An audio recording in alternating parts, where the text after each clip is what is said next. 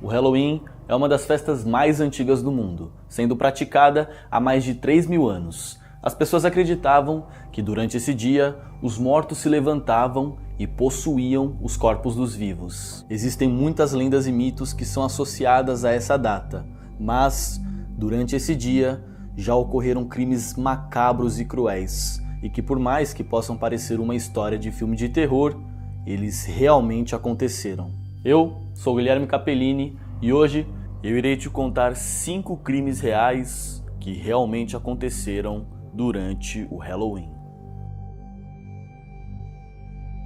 Chris Jenkins, ano 2002, local Minneapolis, Minnesota. Na noite de Halloween, no dia 31 de outubro de 2002, um estudante chamado Chris Jenkins, de 21 anos, decidiu ir a um bar para relaxar e se distrair um pouco. O problema é que Chris desapareceu logo em seguida após sair do bar por volta da meia-noite. 4 meses após o seu desaparecimento, o corpo de Chris foi encontrado flutuando no rio Mississippi e ele ainda estava vestido com a sua fantasia. Um exame toxicológico foi feito e foi comprovado que Chris estava fortemente drogado no momento em que se afogou. A perícia, por fim, concluiu que a morte de Chris foi um acidente, ou até mesmo um suicídio. A família, então, pediu uma investigação mais aprofundada sobre o caso, e no ano de 2006, a causa da morte foi alterada para homicídio. Um presidiário afirmou ter presenciado o assassinato de Chris, mas a história não tinha detalhes suficientes que pudessem ligá-lo ao crime. Muitas pessoas acreditam que Jenkins poderia ter sido mais uma das vítimas do misterioso grupo Smiley Face Murders, que traduzido ficaria o assassino do rosto sorridente. Esse suposto assassino seria o responsável pela morte de mais de 40 estudantes nos Estados Unidos, sendo que todos estavam envolvidos em supostos afogamentos. Na maioria dos casos, era possível encontrar o grafite do rosto sorridente próximo ao local onde as vítimas se afogaram, sempre após serem fortemente drogadas. No caso de Chris, porém, a polícia não encontrou o grafite na cena do crime, mas a semelhança que existe entre esse caso e os outros que não foram solucionados realmente é algo intrigante. Cindy Song, ano 2001, local Pensilvânia. Cindy era uma estudante sul-coreana que estava fazendo intercâmbio na Universidade Estadual da Pensilvânia. Na noite de Halloween do ano de 2001, Cindy foi fantasiada de coelho para uma boate em State College, junto com seus amigos. Por volta das 4 horas da manhã, Cindy foi deixada em sua casa, e essa foi a última vez que a garota foi vista antes de desaparecer. O cenário do crime, porém, era muito suspeito. A casa de Cindy não possuía nenhum sinal de roubo ou arrombamento. Pouco tempo depois, começaram a surgir vários relatos de uma mulher parecida com Cindy no distrito de Chinatown, da Filadélfia, dentro de um veículo junto a um homem não identificado, e ambos estavam pedindo por ajuda. O informante disse à polícia que Hugo Selensky e um cúmplice, Michael Jason Kirkowski, não apenas tinham raptado Cindy, como também a estupraram e a mataram, desovando o corpo da vítima em outro local. Logo após o crime, Hugo teria matado seu parceiro e o enterrado em seu quintal, e o motivo desse crime seria porque Jason, supostamente, teria pego as orelhas da fantasia de Cindy para guardar de recordação. Em janeiro de 2014, mais restos mortais foram encontrados, mas ainda assim, não existiam provas suficientes que liguem Hugo ao desaparecimento de Cindy Song. Marvin Ethel, ano 1982, local Fort Dodge, Iowa. Durante o Halloween do ano de 1982, o casal Marvin e Ethel já estavam preparados para a noite daquele dia. Em um certo momento, a campainha deles tocou, eles atenderam e distribuíram doces para algumas crianças. Pouco tempo depois, a campainha tocou novamente, mas dessa vez, quando eles abriram a porta, se depararam com um homem usando uma máscara. Esse homem anunciou o assalto e pediu para que eles passassem o dinheiro ou ele iria matar os dois. Marvin, acreditando que aquilo não passava de uma pegadinha, simplesmente sorriu e tentou tirar a máscara do homem.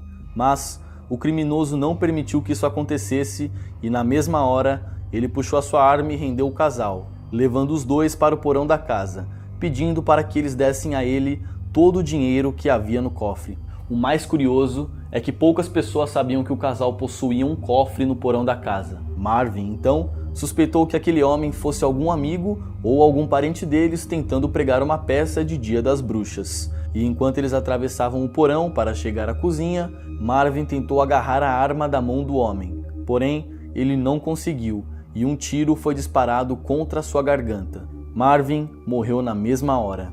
Ethel, devido ao trauma que presenciou, morreu apenas alguns meses depois. A única coisa que sobrou para ser investigada foi a máscara do suspeito, que por algum motivo foi deixada na cena do crime. Anos depois, foi descoberto que havia um amigo desse casal que vivia se gabando desse assassinato. Mas o DNA que foi coletado da máscara ainda era insuficiente para poder acusá-lo. Mesmo tendo algumas provas, ainda não há nada de concreto que possa ligar o suspeito a esse crime, que ainda hoje continua sem solução. Chen Wise, ano 1986, local Nova York. Chen Wise era um adolescente de apenas 15 anos. Judeu ortodoxo, ele costumava frequentar uma yeshiva, que seria uma instituição que estudava textos religiosos. Na manhã seguinte, depois do Halloween, os amigos de escola de Chen encontraram ele morto em seu quarto. O garoto foi espancado até a morte com golpes fortes que fraturaram seu crânio, além de ter recebido várias facadas em sua cabeça. Não haviam sinais de luta da parte de Chen, e então foi constatado que ele estaria dormindo na hora em que foi atacado. De alguma forma, ficou claro que o criminoso possuía conhecimento das tradições judaicas, pois na noite em que Chen foi assassinado, a janela do seu quarto foi encontrada aberta, o que seria, de acordo com a sua cultura, uma tradição que permite que o espírito do morto possa sair. Alguns dias se passaram e um rabino da escola acendeu então uma vela memorial no quarto da vítima. 2 dias depois, porém, outra vela apareceu e ninguém sabia de onde ela tinha vindo, o que significava que o homem que cometeu aquele crime tinha um acesso fácil ao local em que Chen foi morto. Um dos alunos disse se lembrar de ter ouvido sua porta ser aberta e também fechada logo em seguida, como se alguém estivesse olhando os quartos em busca de algo. Orange Sox, ano 1979, local Georgetown, Texas. No Dia das Bruxas do ano de 1979, o corpo de uma mulher não identificada foi encontrado em um bueiro de concreto na rodovia interestadual 35, em Georgetown, no Texas. O apelido Orange Sox, meias laranjas em português, surgiu porque o cadáver da mulher estava praticamente nu, sendo que as únicas peças de roupas que vestiam o corpo dela eram apenas 2 meias laranjas. Não havia nenhum registro no banco de dados e nenhuma identificação daquele corpo. A única pista que existia sobre a sua identificação era um anel prateado, e ainda assim era muito pouco para que a investigação pudesse prosseguir. Uma nova avaliação foi feita e descobriram que Orange Sox havia sido estrangulada e estuprada, provavelmente na mesma noite em que foi encontrada morta. Anos se passaram e o serial killer Henry Lee Lucas confessou o crime cometido. Ele contou que também não sabia a identidade da moça, afirmando que apenas a sequestrou e a matou, sem fazer qualquer pergunta antes. Lucas, porém, tinha o costume de assumir crimes que, na verdade, ele não havia cometido, apenas para conseguir fama e fazer com que as pessoas tivessem medo dele. Depois de descobrir que iria para o corredor da morte por conta do assassinato, Lucas então contou uma nova versão do crime para a polícia. A polícia decidiu investigar mais a fundo e descobriu que ele realmente era inocente, já que estava trabalhando na Flórida quando o assassinato aconteceu. Até hoje, não se sabe a verdadeira identidade da mulher que foi morta, assim como também não se sabe quem de fato cometeu esse crime macabro. Eu espero que vocês tenham gostado do vídeo. Nós desejamos a todos vocês um ótimo Halloween. Fiquem com Deus. Até a próxima.